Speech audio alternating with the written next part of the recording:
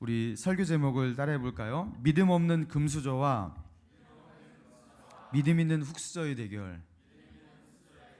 예, 길지만 한 번에 따라해 보겠습니다. 믿음 없는 금수저와 믿음 있는 흙수저의 대결. 예, 믿음 없는 금수저와 믿음 있는 흙수저의 대결. 재밌죠? 제목이. 예, 이 제목 가지고 창세기 28장을 통해서 같이 은혜를 나누기 원합니다. 여러분, 금수저, 은수저, 동수저, 흙수저 여러분 다 아시죠? 인터넷 보니까 이렇게 금수저를 누군가가 이렇게 정의해 놓았습니다.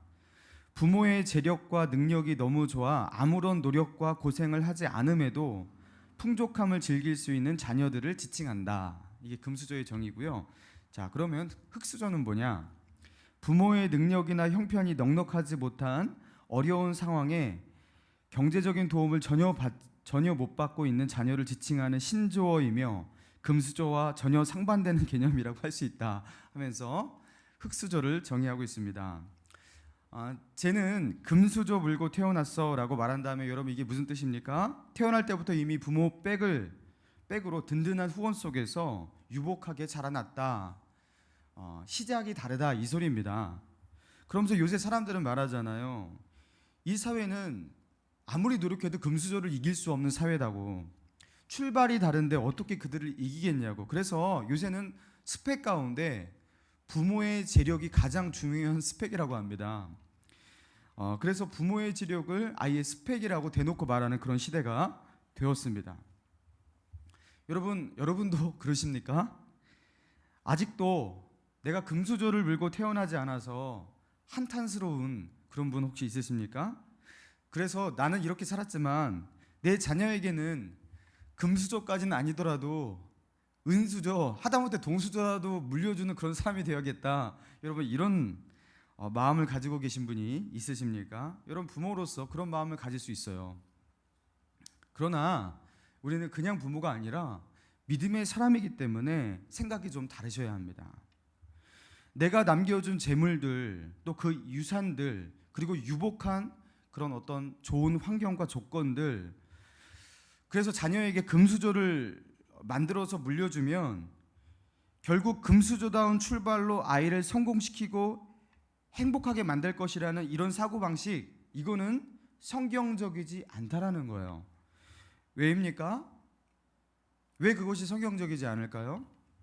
성경을 보면요, 하나님은 금수저를 물고 태어난 사람과 역사를 같이 하지 않으셔요, 보통. 자, 그리고 금수저를 물고 태어난 사람이 있다 해요. 그러면 그 금수저를 다시 흙수저로 바꿔놓고 시작하세요. 그러시기 전까지는 하나님은 역사를 시작하지 않는 하나님이기 때문에 아무리 금수저를 물고 태어나도 다시 흙수저로 시작해야 되기 때문에 내가 금수저를 물리는 게 별 의미가 없어요. 여러분 그렇지 않습니까? 이미 가져야 할 것을 다 가지고 시작한 아이가 하나님을 절박하게 찾을 리가 없고요. 또 이 아이는 조건이 너무 좋으니까, 또 부모가 웬만한 것을 다 채워버리니까, 하나님께서 채워 놓으실 빈 공간이 없어져 버리니까 부모가 다 해버리고 은혜도 부모가 주니까 하나님이 역사하실 수 있는 공간을 창출하지 못하는 거예요. 그래서 하나님은 누군가를 통해서 하나님의 살아계심을 드러내고 역사하시고, 그래서 하나님이 함께 하시는 이 스토리를 써내려 가시기 위해서 누군가를 딱 지정하실 때 어떻게 하시냐면요, 그가 물고 있는 그 금수저부터 빼고 시작한다라는 거예요. 그 성경에 나와 있는 대부분의 이야기가 그렇다라는 거예요. 그리고 그 금수저 빼고서 던져버리시고 흙수저 물리시고 그 다음부터 나와 함께 한번 해볼까 하고 시작하는 것이 계속해서 반복되는 성경의 이야기라는 것입니다. 여러분 그래서 하나님이 함께 하시면 흙수저가 금수저를 능가하는 것, 그것을 세상으로 하여금 보게 만드는 것, 그것이 하나님이 써내려가기 원하시는, 하나님이 원하시는 그런 시나리오라는 것입니다. 그래서 이 땅 가운데서 어떤 이야기가 펼쳐지냐면요, 믿음 없는 불신적인 금수저와 그리고 믿음 있는 아무 백도 없고 도울 리 없지만 믿음 있는 흙수저의 대결. 그래서 그 가운데 하나님의 살아계심을 이 땅 가운데 드러내는 이야기. 여러분, 하나님은요 이런 이야기를 쓰기 원하시는 거예요. 그래서 오늘 본문에도 원래 금수저인 야곱이었는데 그 금수저가 흙수저로 바꿔놓고서 다시 시작하는 그런 이야기가 펼쳐지는 것입니다. 오늘 본문 10절을 한번 볼까요? 자, 10절 읽겠습니다. 시작. 야곱이 브엘세바에서 떠나 하란으로 향하더니, 지금 야곱이 처음으로 집을 떠납니다. 자, 브엘세바에서 떠나 어디로 갔다고요? 하란으로 갔대요. 여러분, 브엘세바에서 하란은요 직선거리는 한 800, 900대지만 그 사람이 이동하는 도보거리로는 1000km, 좋게 1000km는 되는 거리예요. 여러분, 근데 그 하란에 누가 살고 있냐면 외삼촌 라반이 살고 있었거든요. 근데 그 외삼촌 라반한테 뭐 볼 일이 있어갖고 인사드리기 위해서 그렇게 라반을 찾아서 그렇게 간 것이 아니었습니다. 야곱은 지금 왜 하란으로 가고 있냐? 피난 가고 있는 거예요. 무엇 때문에요? 자기의 형 에서가 자기를 죽이려고 했기 때문에 피신하고 있는 것입니다. 자, 창세기 27장 앞장입니다. 27장 41절을 우리 성경을 보겠습니다. 27장 41절 읽겠습니다. 시작. 그의 아버지가 야곱에게 축복한 그 축복으로 말미암아 에서가 야곱을 미워하여 심중에 이르기를 아버지를 곡할 때가 가까웠은즉 내가 내 아우 야곱을 죽이리라 하였더니, 여러분, 에서가요 자기의 동생 야곱을 죽이려고 합니다. 왜입니까? 자기가 받아야 할 그 축복을요 또 속여갖고, 그렇죠? 자기가 에서인 척, 장자인 척 그렇게 속여갖고 아버지 이삭도 속이고 에서도 속여갖고 그렇게 그 축복 기도를 가로챘거든요. 이것이 너무 분해갖고 동생 야곱을 죽일 마음을 갖게 된 거예요. 근데 때마침 아버지 이삭이 나이가 지긋했습니다. 그래서 곡할 때가 가까웠은즉 이렇게 말하고 있어요.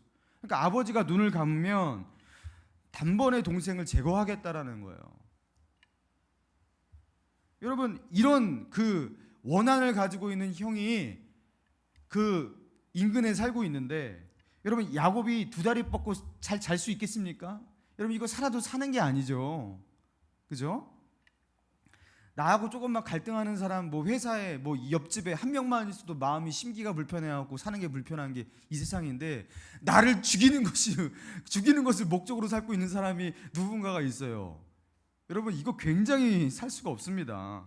여러분, 그래서 야곱은요 믿음의 사람하고 결혼하기 위해서, 믿음의 자녀와 결혼하기 위해서 외삼촌 라반의 집으로 가라고 그 아버지 이삭과 리브가가 그렇게 밀었지만, 그렇죠? 에서를 피해서 동생 야곱 죽이지 않기 위해서 그 야곱을 피신시킨 거였습니다. 여러분, 그런데 이때 그 자기 집을 떠나는 이 야곱의 나이가 언제였냐면요, 쌍둥이 형 에서가 40에 결혼했어요. 40에 결혼하고 나서 세월이 이미 흘렀습니다. 그러고 난 뒤에 이 사건이에요. 그러니까 야곱의 나이가 지금 몇 살이에요? 40이 훌쩍 넘은 나이예요. 40이 훌쩍 넘은 청년 야곱, 위로가 되지 않습니까?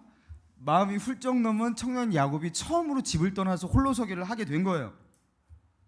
하란은 브엘세바에서 한 1000km나 되는 거리인데, 그래서 도보로 걸으면요 좋기 한 달 동안 내내 걸어야지 갈 수 있는 거리인데, 이게 갔다가 뭐 다시 돌아오지 뭐 이런 정도의 거리가 아닌 거예요. 이거 가면요 언제 돌아올지 모르는 그런 거리인 거예요. 그래서 야곱은 태어나서 한 번도 라반을 본 적이 없었습니다. 외갓집에 가본 적이 없었어요. 그렇게 왕래할 수 있는 거리가 아닌 거예요. 다시는 아버지 이삭을 볼 수가 없을지도 몰라요.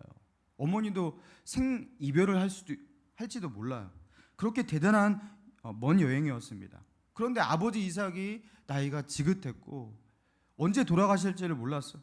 여러분, 그렇다면 아버지 거부였던 아버지 이삭의 유산은 다 누구의 것이 되는 거예요? 이 재산 다 누구의 것이 되는 거예요? 에서를 피해서 야곱은 지금 하란으로 도망가는데 이거 다 에서의 것이 되는 거예요. 에서는 축복 기도를 가르친 야곱에 대해서도 분노했지만 이것도 노린 거였어요. 네가 내 축복 기도를 가르치고 뭐 네가 축복을 받을 줄 알아? 너는 아무것도 못 받아. 너는 내가 제거해 버릴 거야. 이렇게 했던 거예요. 그래서 야곱을 제거하면은 이삭이 가지고 있던 그 모든 재물과 그 종과 가축들, 그 모든 거 누구의 소유가 되는 것입니까? 에서와 야곱이 나눠 갖는 것이 아니라 다 온전하게 이제 장자 에서의 소유가 되는 거예요. 그래서 아버지 이삭의 모든 유산을 다 독차지할 수 있게 된 것입니다. 반면 이렇게 확실한 이제 그 미래가 보장되는 어떤 그 에서와 대비돼서 야곱은 어떤 상황인지 한번 봅시다. 10절과 11절입니다. 10절과 11절을 같이 한번 읽겠습니다. 시작. 야곱이 브엘세바에서 떠나 하란으로 향하더니 한 곳에 이르러서 해가 진지라 거기서 유숙하려고 그곳에 한 돌을 가져다가 베개로 삼고 거기 누워 자더니. 자, 여기서 한 곳은 베델이라는 이름을 갖게 된 그곳인데요. 베델은 브엘세바에서 약 100km, 북쪽으로 100km 정도 됩니다. 그러니까 100km니까 한 3일 길을 걸었던 거죠. 한 3일 정도 되었을 때 날이 밝으면 걷고 날이 지면 길에서 노숙하고 이런 일들을 반복했던 거예요. 그래서 그 1000km의 여행을 해야 되는데 이제 10분의 1, 100km밖에 오지 않았던 거예요. 3일 동안 걷고 또 걷고 길에서 노숙하면 여러분 이 꼴이 말이 아니겠죠? 먹는 것도 바닥이 났었겠죠. 그리고 그 밤에는 그 이스라엘 그 팔레스타인 지역이 굉장히 춥습니다. 낮에는 덥지만 여러분 그 길에서 노숙하고 있는 이 야곱, 의지할 것이 없어서 돌베개 베고 자는 이 야곱, 여러분 얼마나 천연맞고 불쌍합니까? 자기 목숨 부지하기 위해서 뭐 챙겨가지고 나온 것도 없고 누구 데리고 나온 사람도 없었어요. 그럼 빈털터리로 목숨 부지하기 위해서 떠났던 것입니다. 원래는 유복한 가정 아래 태어났고요, 그렇죠? 그리고 괜찮은 그 이삭 아래 차남으로서 나름 누릴 수 있는 거 누릴 수 있는 금수저였어요. 여러분 그런데 에서의 장자의 그 축복기도 그거 받아내려고 그 머리 좀 굴렸다가 자기 목숨 부지하기도 힘들게 되었고요. 한순간에 금수저가 흙수저로 전락하게 되고 아무것도 받지 못하게 된 거예요. 물론 이 상황은요, 야곱의 그 잔머리 때문에 야곱이 자처한 일이기도 했습니다. 그런데 그가 전혀 원하지 않던 그런 상황이 펼쳐지게 된 것입니다. 반면 에서는 어떻습니까? 자기의 경쟁자였던 그 야곱이 없어졌어. 아버지의 모든 유산을 독차지하게 해서 이제 확실한 금수저가 된 거죠. 시작부터 너무 차이가 나게 된 이 두 사람, 하루아침에 길거리에 노숙자로 전락한 사람, 그리고 한 사람은 갑부 아버지의 모든 것을 이제 경쟁자 없이 독차지하게 된 사람, 둘 중에서 누가 진정 축복의 사람이냐를 두고 성경은 우리 보라 판단하라고 말하고 있는 거예요. 세상은 당연히 에서가 축복됐다고 말하겠지만 성경은요, 그게 아니라고 우리에게 말하고 있는 거예요. 길거리에서 노숙하고 돌베개 자고 앞으로 미래가 어떻게 펼쳐질지 알지도 못하는 그 야곱에도 불구하고 하나님은 꿈에 그 야곱에게 나타나셔서 축복을 약속하시는데, 자 12절입니다. 12절과 13절과 14절을 약간 빠르게 내리 읽겠습니다. 같이 읽겠습니다. 시작. 꿈에 본즉 사닥다리가 땅 위에 서 있는데 그 꼭대기가 하늘에 닿았고, 또 본즉 하나님의 사자들이 그 위에서 오르락 내리락하고, 또 본즉 여호와께서 그 위에 서서 이르시되 나는 여호와니 너의 조부 아브라함의 하나님이요 이삭의 하나님이라. 내가 누워있는 땅을 내가 너와 내 자손에게 주리니 내 자손이 땅의 티끌같이 되어 내가 서쪽과 동쪽과 북쪽과 남쪽으로 퍼져나갈지며 땅의 모든 족속이 너와 내 자손으로 말미암아 복을 받으리라. 여러분 하나님은요, 이삭 아래서 살고 있던 그 40년 넘게 그 이삭 아래서 살고 있던 그 야곱에게 한 번도 이렇게 나타나셔서 이런 약속을 하신 적이 없었어요. 그런데 야곱이 모든 것을 잃고 정처 없는 신세가 되었을 때 그렇게 홀로 서 있는 야곱에게 나타나셔서 이렇게 말씀하시고 약속하신 거예요. 여러분 하나님은 왜 아무것도 없이 의지할 것 없이 쓸쓸히 홀로 서 있는 야곱에게 나타나신 것입니까? 모든 것을 잃어버린 그 야곱에게 왜 이때서야 나타나신 것입니까? 여러분 이게 하나님이 나타나시기 가장 좋은 최적의 조건이기 때문에 그런 것이죠. 하나님은요, 금수저를 계속 금수저로 남게 했다, 하나님은 이런 이야기에 관심이 없으신 거죠. 이게 무슨 감동이 있습니까? 재벌 아들을 낳았다. 여러분 우리도 감동이 하나도 없잖아요. 그러나 흙수저로 시작했는데 금수저가 하지 못할 일을 했다. 여러분 여기에 감동이 있잖아요. 드라마틱한 이야기가 되잖아요. 여러분, 야곱이 나중에 어떻게 되시는지 여러분 잘 아시죠? 야곱은 이때로부터 20년 동안 고생을 합니다. 시련과 고난을 당합니다. 근데 20년 만에 인생이 완전히 역전돼요.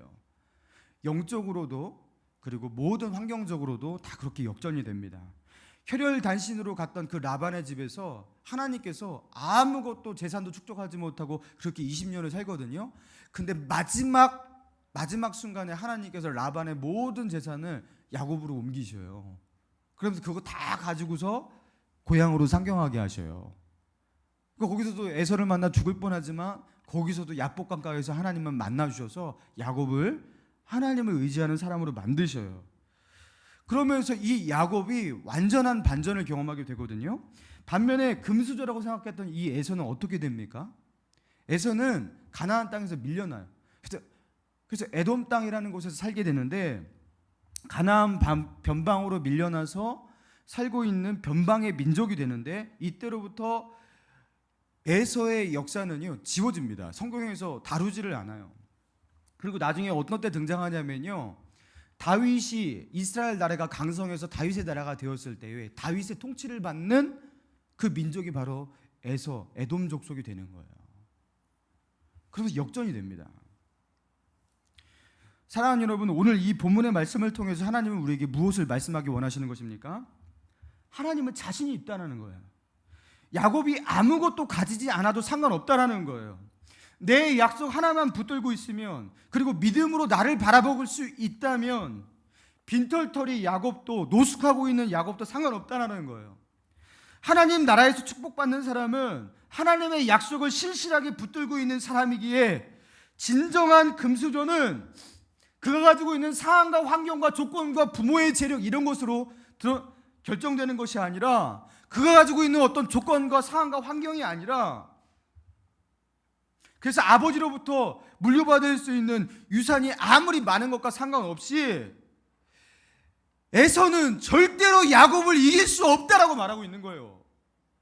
에서는 이제 경쟁자 없이 이삭의 모든 것을 독차지하는 사람이 되었지만, 그리고 야곱은 아무것도 받지 못하고 쫓겨났지만 하나님이 축복하시는 이 야곱을 에서는 절대로 이길 수 없다 하면서 하나님은 이 포석을 깔고 계시는 거예요.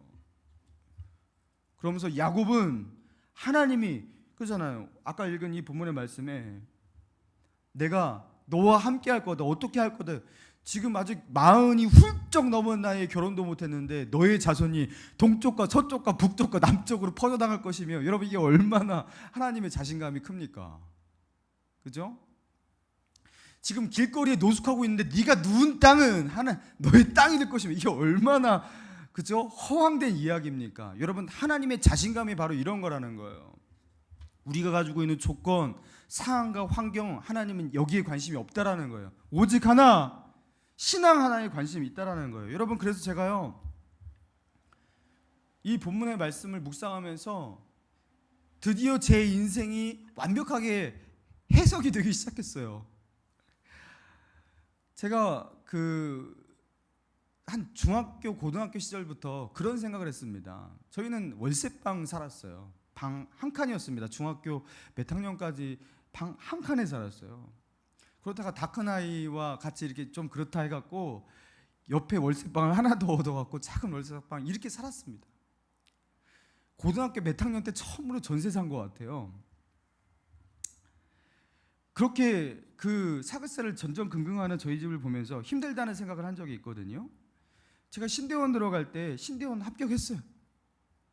근데 신대원 등록금을 낼 돈이 없어서 그거 취소하려고 마음을 그냥 끝까지 거의 먹었었어요. 그때 그런 생각했었습니다. 이럴 때 좀 도와줄 수 있는 부모님 계셨다면 좀 수월하게 좀 갈 수 있었을 텐데, 좀 편할 수 있었을 텐데, 삶이 참 버겁구나. 원래 이렇게 버겁게 살아야 되는 건가. 근데 저희 아버지가요 그렇게 돈 못 벌고 그런 분이 아니었어요. 저희 아버지가 또 수완이 있으신 분이라서 뭐 하면은 항상 잘하세요. 돈을 많이 버세요. 근데 항상 어떤 사건이 벌어지면서 그 모든 것을 탕진하고 다시 마이너스로 가요. 그러면서 저희는 다시 원점으로, 다시 빚 갚는 생활로 항상 돌아갔던 그런 가정이었거든요. 제가 오늘 이 야곱을 보면서 왜 이렇게 됐는지 이해가기 시작했어요. 하나님이 일부러 그렇게 하신 거였죠. 제가 결혼할 때 저희 집에서 진짜 단돈 100만 원을 도와주질 못했어요. 그래서 제가 어떻게 집을 얻었냐? 월세가 500, 그 보증금 500이었는데 그 500을 결혼식 날 축의금 나오면 그걸로 월세를 드리겠습니다. 그래서 기다려달라고 그 축의금 나온 걸 탁 털어갖고 그거를 드려갖고 월세부터 시작했어요. 왜 이렇게 흑수저로 저를 시작하게 했냐? 하나님이 야곱과 같이 저를 만나주기 위해서 항상 저를 그렇게 털어버리셨어요. 하나님이 짜놓으신 시나리오. 그래서 하나님 좀 바라보라고, 주님을 좀 의지하라고, 너 내 앞에 나와서 무릎 꿇고 좀 엎드리라고, 그러라고 하나님께서 인도하신 하나님의 의도적인 시나리오가 그런 것이었습니다. 여러분, 다니엘이라는 신앙의 인물, 그는 바벨론에서 포로로 잡혀온 포로였다는 거 여러분 아십니까? 그는 원래 정치가 이런 사람 아니었어요. 바벨론의 앞자리에 있는 소수 민족이고 포로의 신분이었고 죽으라면 그냥 죽어야 되는 그런 연약한 사람이었습니다. 의지할 수 있는 것 백 하나 아무것도 없었어요. 그런데 만약 다니엘이 그런 척박한 환경 가운데 놓여 있지 않았다면, 그런 포로의 신분이 아니었다면 성경에 다니엘이라는 인물이 탄생할 수 있었을까요?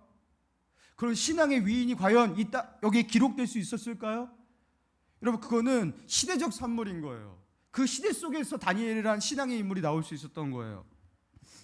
바벨론 포로의 암흑기 속에서만 꽃을 피울 수 있는 그런 인물이 바로 다니엘이었던 거예요. 여러분, 요셉이 형들에게 인신매매 당해서 애굽으로 팔려가지 않았다면, 거기서 종노릇하면서 감옥에 들어가지 않았다면, 여러분, 요셉이라는 그 신앙의 인물이 등장할 수 있었을까요? 요셉도 아예 요셉이라는 인물 자체가 아예 기록이 되지 않았을 거예요. 다윗, 사울에게 그렇게 쫓기고 고통받고 그렇게 연단받지 않았다면 다윗이라는 그런 위대한 신앙의 인물이 나올 수 있었을까요? 여러분, 성경은요 우리에게 계속해서 말하고 있는 거예요. 금수저가 아니어도 상관없다라는 것이죠.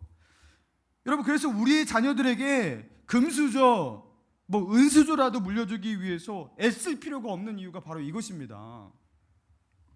하나님께서 역사하실 수 있는 공간 창출을 위해서라도 자녀에게 부모가 많은 것을 물려주려고 할 필요가 없는 거예요. 자녀에게 너무 많은 것을 갖추어 주는데 초점을 맞추고 살잖아요. 살지 마세요, 제발. 그렇게 그냥 공부를 시키고, 그렇죠? 그렇게 너 이렇게 하면 네가 잘 될 거라고 생각하지만 하나님이 그거 꺾어버리신다고요. 여러분, 어디에 초점을 맞춰야 됩니까? 부모는 딱 하나에 초점 맞추고 나아가면 되는 거예요. 뭐요? 유산 중에서 신앙의 유산 하나 물려주기 위해서 그것 초점 맞추고 나아가면 그게 하나님과 마음이 맞는 거예요. 아파트 한 채 어떻게 물려줘야지 결혼할 때, 여러분 제발 이렇게 하지 말라고요. 믿음의 유산 하나만 물려주면 여러분 그게 하나님께서 역사하실 수 있는 가장 좋은 상태라고요. 여러분, 남극에 황제 펭귄이 삽니다. 황제 펭귄 아시죠? 여러분, 근데 이 황제 펭귄이 알을 낳아서 이제 부화시켜서 새끼를 키우거든요. 근데 이렇게 알을 낳아서 새끼를 키우는데 황제 펭귄이 이 추운 겨울이 되면 알을 낳기 위해서 이동을 하는데, 어디로 이동하냐면 남극의 해안가는 햇살이 잘 들고요, 거기 먹이도 풍부하고요, 그렇죠? 거기는 그래서 동물들이 많아요. 왜냐하면 살기가 참 좋으니까요. 근데 이 황제 펭귄은 알을 부화하기 시작할 때, 알을 낳아야 할 때 어디로 가냐면 아무 동물들 살지 않는 남극 대륙의 빙하로 뒤덮인 그 춥고 척박한 남극의 내륙으로 들어간다고 합니다. 눈보라가 막 치고요, 보이는 거는 얼음밖에 없는 그곳으로 들어가서 거기서 알을 낳고요, 거기서 새끼를 일정 시간 동안 키운다라는 거예요. 여러분, 거기 들어가서 살면요 굉장히 힘들어요. 새끼도 살기 힘들고요. 여러분, 그런데 왜 황제 펭귄은 그곳을 택할까요? 왜?